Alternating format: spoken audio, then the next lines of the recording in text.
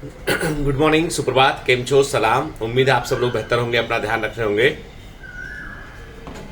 कल मैंने आप लोगों से जो है वो कम्युनिटी पोस्ट पर एक फॉर्म शेयर किया मैंने, जो यूपीएससी के एस्पिरेंट्स के लिए है। कि अधिकांश बच्चे, मैंने देख रहा था पिछले कई दिनों से, जो है वो कोई भी वीडियो हो, कोई भी मॉर्निंग मोटिवेशन हो, कुछ भी हो, ठीक है, उसमें लगातार बार बार कमेंट्स आ रहे थे, सर यूपीएससी की क्लास शुरू कीजिए, यूपीएससी की क्लास शुरू कीजिए। तो मैंने कहा कि मैं एक बार आपसे आपका ओपिनियन तो ले लूं पूरी तरीके से, कि आप चाहते क्या हैं, ठीक है। तो गूगल फॉर्म में जो है कई सारे उसमें क्वेश्चंस थे। उन क्वेश्चंस के मैंने आपसे आपका ओपिनियन और आपकी राय मैंने उसमें मांगी थी। तो अधिकांश बच्चे चाहते हैं कि जो यूपीएससी की क्लासेस शुरू की जाए, उनका फीस एकदम नॉमिनल रखा जाए। तो मैंने क्या किया, मैंने फिर और लोगों का फीस चेक किया। मैंने जैसे मैंने देखा कि जो यूपीएससी पे जो ऑनलाइन प्लेटफॉर्म है, दे आर चार्जिंग, अच्छा खासा फीस चार्ज कर रहे हैं। 9,000 10,000 रुपये महीने के आसपास फीस है उन लोगों का, ठीक है। तो चलिए, एक तो आपने फीस का पॉइंट बताया आपने कि सर 500 रुपये से 1,000 रुपये के बीच में, या 500 रुपये से कम फीस रखिए आप, ठीक है, और तमाम चीजें। अब कई बच्चों ने उसमें एक डर अपना एक्सप्रेस किया। उन्होंने कहा, सर कहीं ऐसा तो नहीं है कि आप बायोमेंटर्स का अपना कोर काम छोड़कर आप यूपीएससी शुरू करेंगे, तो आप हमको छोड़ देंगे, या आप उतना आपका ध्यान बट जाएगा? नहीं बेटा, ऐसा बिल्कुल नहीं है, क्योंकि बायोमेंटर्स जो है वो मेरी सोल के समान है, मेरे लिए सबसे बड़ी प्रायोरिटी, और मैं वही जानता हूँ एक्चुअली करना, ठीक है।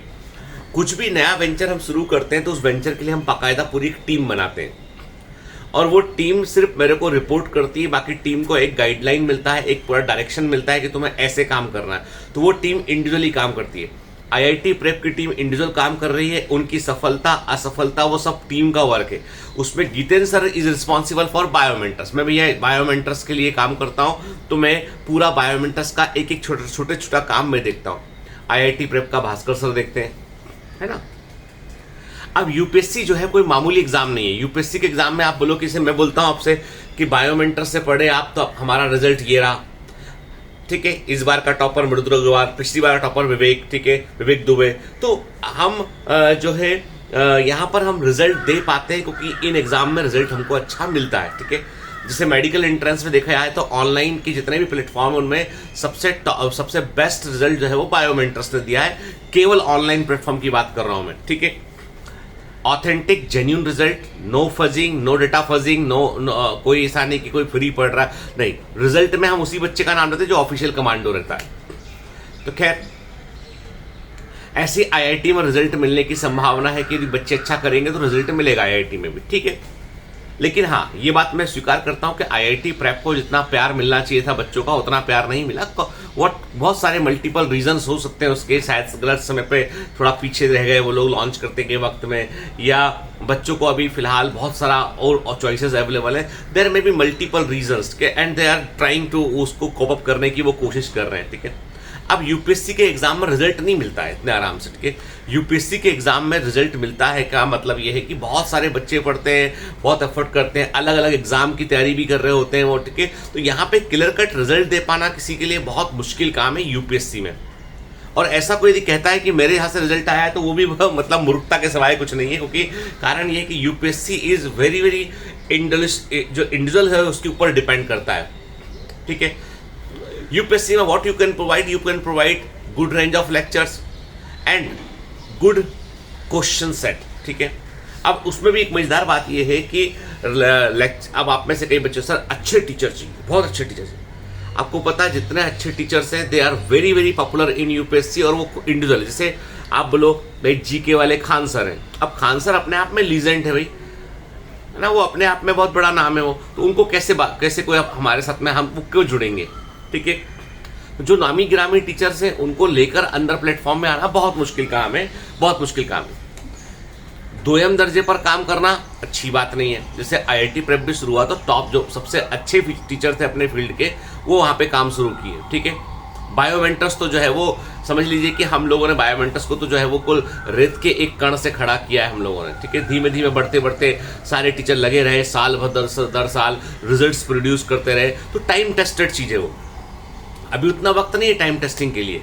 तो यूपीएससी में मेरे दिमाग में जो बात है वो ये है कि हम लोग बजाय इसके कि जो बायोमेंटर्स का एग्जैक्ट मॉडल है उसे रेप्लिकेट करने की बजाय हम कुछ नए मॉडल पे विचार करते हैं, जिसमें कि आपके पास, मैंने खुद देखा, मैं कभी भी कोई भी डिसीजन बगैर सोचे समझे नहीं लेता हूं। मैंने बहुत एनालाइज करके देखा, मैंने कहा कि भाई देखो ऐसा है, यूपीएससी के लिए रिसोर्सेस की कोई कमी नहीं है। यूट्यूब पे भी इतने सारे वीडियो डले हुए हैं और इतने बढ़िया बढ़िया टीचर हैं, इकोनॉमिक्स के, ज्योग्राफी के, सबके ऑलरेडी यूट्यूब पर अवेलेबल है। और वो टीचर्स के लेक्चर्स के सामने यदि आप बोलो कि कुछ नए लेक्चर्स लाके खड़े कर दिए जाए, तो मुझे लगता है वो ईमानदारी नहीं होगी, वो धंधा होगा। और we are not here to for a business, कि हम यहाँ पे बिजनेस के लिए, धंधे के लिए नहीं है, ठीक है ना। धंधा करना होगा ना तो हम एक बड़ी फैक्ट्री खोलेंगे, हम धंधा करना होगा तो एक बड़ा शोरूम खोलेंगे कहीं हम, ठीक है। क्योंकि बच्चों से शिक्षक धंधा नहीं कर सकता एक्चुअली, तो वो चीज़ मेरे को जमती नहीं है। तो what we can do, how ignite brains, जो हमारी मेन कंपनी वो इग्नाइट ब्रेन्स एक्चुअली, ठीक है ना। तो इग्नाइट ब्रेन्स कैसे हेल्प कर सकता है यूपीएससी में, तो मेरे दिमाग में एक बात आई है कि वो ये है कि सिर्फ एक चीज़ की कमी मुझे दिखाई पड़ी हर जगह पे, वो है systematic approach and testing platform. बहुत सारे, बहुतेरे अवेलेबल, वो भी बहुत अवेलेबल है, पर सिस्टमैटिक तरीके से टीचर गाइडेड टेस्टिंग प्लेटफॉर्म, कि आपको एक टारगेटेड पैटर्न में आप टेस्ट देते चले जाए, पढ़ते चले जाए आप, ठीक है। आपको किन टीचर्स के लेक्चर देखना चाहिए, उसके रिकमेंडेशन मिलते चले जाए आपको, वो इंपॉर्टेंट चीज़ है। मुझे लगता है कि यहाँ पर जरूरत ये नहीं है कि बायोमेंटर्स के समान कमांडो ट्रेनिंग बिल्कुल वैसा का वैसा सिस्टम रेप्लिकेट कर दिया जाए, तो वो जरूरत नहीं। यहाँ पर जरूरत है एक तरीके से समझ लीजिए एक एग्रीगेटर मॉडल की जरूरत है। यहाँ पर जरूरत है एक बेहतर टेस्टिंग प्लेटफॉर्म की। यहाँ पर जरूरत है कि बच्चे जो है वो ना के बराबर फीस देके, मैं तो कहता हूँ कि मैं अपनी टीम से बात करता हूँ इस बारे में कि 0 फीस पर प्लेटफॉर्म शुरू हो सके, ऐसा कुछ सोच के बताओ कि आपने बता दिया है ना। हम एक जो बंदा रखेंगे जो हमारे पूरे कोर्स कुरिकुलम को देखा, 2-4 बंदे जो रखेंगे, उसका हम एक ब्रेक इवन ले लेंगे भाई कि कितना हमारा मंथली खर्चा बैठता है, और ये खर्चे में जिस बच्चे को कंट्रीब्यूट करना वो करेगा, नहीं करना नहीं करेगा, ठीक है। टोटल चैरिटी, कुछ नहीं है ना, हमको चाहिए कुछ नहीं। अरे हमको ध्यान नहीं भटकाना हमारा, ठीक है। ये बात जब आप बोलते हो ना कि सर आपका ध्यान बायोमेंटर से तो नहीं चूक जाएगा, वो प्यार है, वो मेरे पे अविश्वास नहीं है, वो प्यार है, ठीक है। कि सर बायोमेंटर, अरे बेटा बायोमेंटर देख दिल में बसता है, ठीक है ना।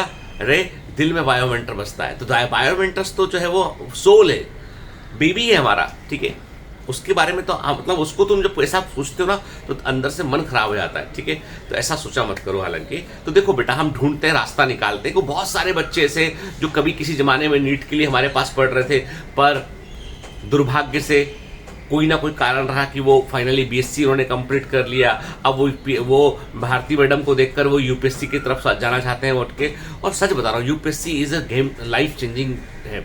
यदि आप एक बार निकाल लिए तो खेल ही खत्म है, ठीक है। फिर डिफरेंट ही दुनिया है पूरी वो तो। लेकिन मैं वही कहता हूँ, किसी प्रोफेशन को किसी से कंपेयर मत करो।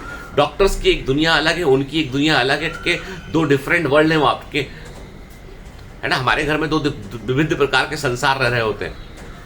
खैर, इतनी सी बात है कि हम बेटा रास्ता निकालते हैं, कोई ऐसा रास्ता निकालते हैं हम लोग मिलकर। तुम भी अपने सजेशन देना वीडियो में, कुछ ऐसा रास्ता निकालते हैं कि हमारा काम भी हो जाए, बेस्ट टीचर से हम पढ़ भी लें और हमारा पैसा भी ना लगे, ठीक है। ऐसा रास्ता निकालते हैं, ठीक है। क्योंकि बात पैसे की भी नहीं है, बात है जो नीडी है उस तक चीज पहुंचना चाहिए, उसकी जरूरत है, ठीक है।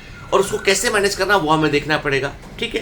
क्योंकि अभी इस पोजीशन में नहीं हम लोग कि हम 4 नए वेंचर शुरू करके चारों में अकूत, भाई हमारे पास अकूत धन नहीं है बेटा, है ना। हमारे पास जो धन है वो बच्चों का ही पैसा है, ठीक है। मतलब जो बच्चे बायोमेंटर से पढ़ते हैं वही पैसा है, वही पैसे का इस्तेमाल गुरुकुल बनाने में हो रहा है, वही पैसे का कमांड सेंटर में यूज हो रहा है, वही पैसे से जो है वो पूरा का पूरा जितने इवेंट सब कुछ उसी से चलता है। तो वो पैसा बच्चों का क्या समझ लीजिए कि I am like a trustee, तो मुझे उसको बहुत संभाल कर यूज करना होता है ताकि हम बच्चों के लिए कुछ कर सके, बिल्टअप कर सके कुछ उसको, ठीक है। इसीलिए हम कोई फंडिंग ना इन्वेस्टर ये सबको अंदर नहीं लाते हम। जैसे इन्वेस्टर अंदर आएगा तो बोलेगा भैया मेरे अनुसार काम करो, अब तुमको बच्चों की फीस बढ़ानी है, अब तुमको ये करना है, अब तुमको वो करना है, ठीक है। हम तो हर साल बैच शुरू होता तो पहले बताते हैं कि भैया हमने पैसा आया कितना, कहाँ किस परसेंटेज में कहाँ पैसा जाता है, कितना बचता है हमको, उस बचे पैसे का हम क्या करते हैं, ठीक है। खैर, इस बार अपने को बहुत भारी खर्च करना पड़ा, चूंकि कमांड सेंटर बन रहा है, गुरुकुल का काम चल रहा है, तो बहुत सारा काम भी स्लो हो गया। थोड़ा सा फंड फ्लो उतना जिससे बोलते हैं ना जितना एक्सपेक्टेड था उतना नहीं रहा हालांकि। तो खैर, तो अब चलता रहता है वो चीज़ें, तो खैर ना, वो ईश्वर है, ऊपर वाला। याद रखो, ज़िंदगी में कोई भी काम हम नहीं करते, हमसे कोई जो है, मतलब हम शुरू करते हैं, लेकिन बाकी ताकत तो ऊपर वाला देता है, ईश्वर देता है, ठीक है। अच्छी ब्लेसिंग्स, आपकी ब्लेसिंग्स ताकत देती हैं। अब आज की कहानी क्या है, 10 मिनट हो गया ये बात करते करते कि वो फॉर्म डाला, उसके बाद मैंने बहुत सारे कमेंट देखे, इसलिए मैंने इसको आंसर किया। दुनिया में 75% लोग एक बीमारी से ग्रसित है, उसका नाम है हाइपोकॉन्ड्रिया। एक बुक में पढ़ा मैंने कि एक बीमारी है हाइपोकॉन्ड्रिया। हाइपोकॉन्ड्रिया का मतलब है कि अपने आप को बीमार समझ लेना, ठीक है। मतलब कई लोगों को इस बारे में यकीन होता है कि उन्हें कोई बीमारी है, कोई तकलीफ है, उनको ट्रामा है, और वो उस बीमारी जो होती नहीं है, काल्पनिक बीमारी होती है, उसके सहारे वो बहुत दिन तक जो है वो अपने आप को कई चीज़ों से बचाते चलते हैं। अमेरिका में एक रिसर्च हुआ, शिकागो के अंदर एक रिसर्च हुआ, और रिसर्च में जो है उन्होंने क्या किया कि उन्होंने कई सारे लोगों से मिलने के लिए एक टीम घर घर पहुंची।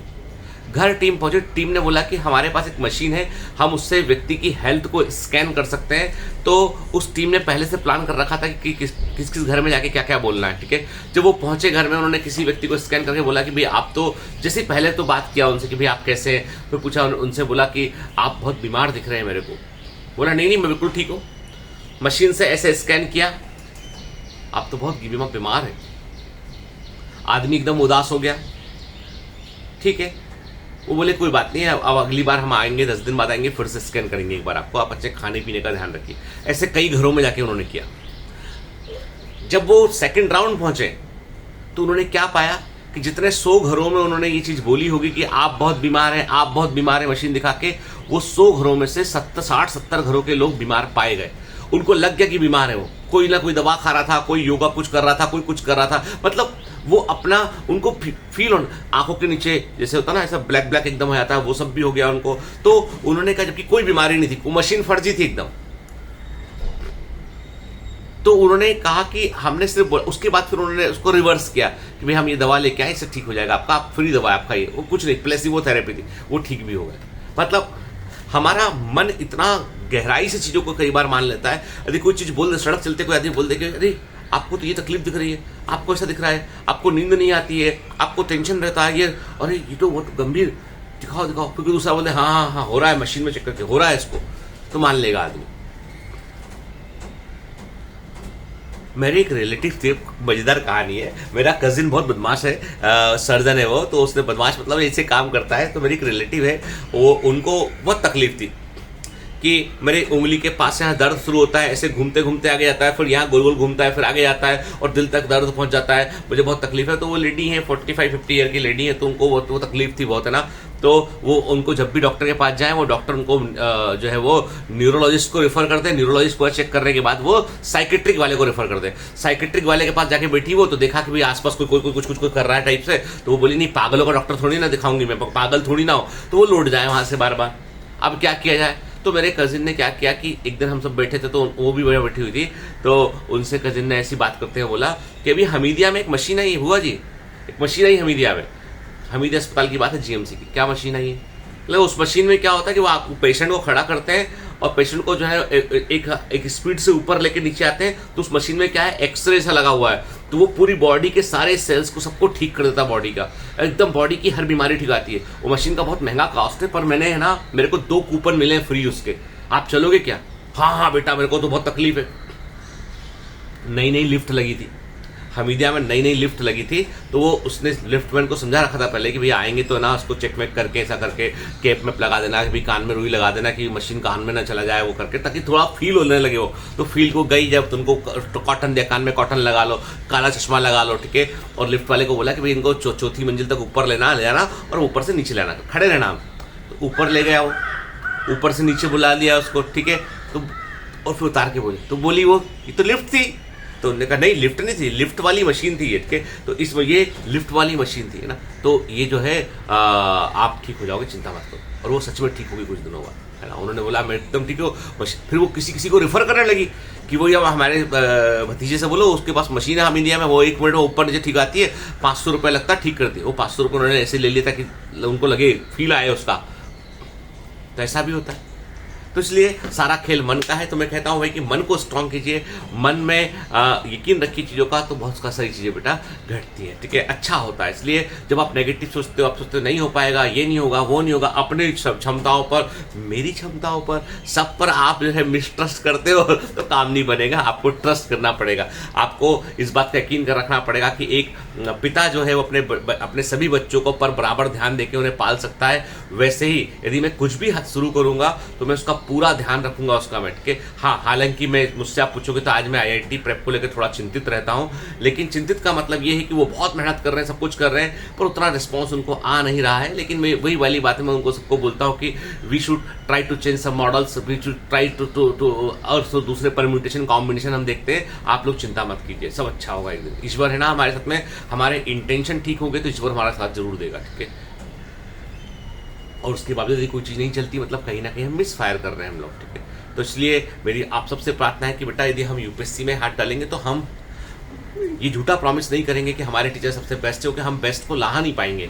हमारा उतना बजट भी नहीं है, उतना पैकेज भी नहीं ला पाएंगे, सच्चाई तो यही है, ठीक है। बायोमेंटर जो कुछ भी होगा, बायोमेंटर्स पर कोई भी ऑर्गेनाइजेशन पैरासाइट नहीं बनेगा। नो मतलब किसी भी एक ऑर्गेनाइजेशन को मैं बायोमेंटर्स के ऊपर पैरासाइट नहीं बनने दूंगा। बायोमेंटर्स जो भी अपने रिसोर्स हैं अपने बच्चों के लिए, अपने लिए यूज करेगा, क्योंकि कारण ये है कि वही ताकत है, वही स्ट्रेंथ है ऑर्गेनाइजेशन की। और ये मेरा नहीं बेटा, ये आप सबका ऑर्गेनाइजेशन है। क्योंकि मैंने कहा ना, जिस दिन कमांड सेंटर बनेगा, गुरुकुल बनेगा, उस दिन आप लोग ही उसको इनॉग्रेट करेंगे, मैं नहीं करूँगा, कोई नेता नहीं करेगा, आप ही करेंगे। चलिए मिलते हैं बेटा बाद में। Have a great day, all the best, bye bye.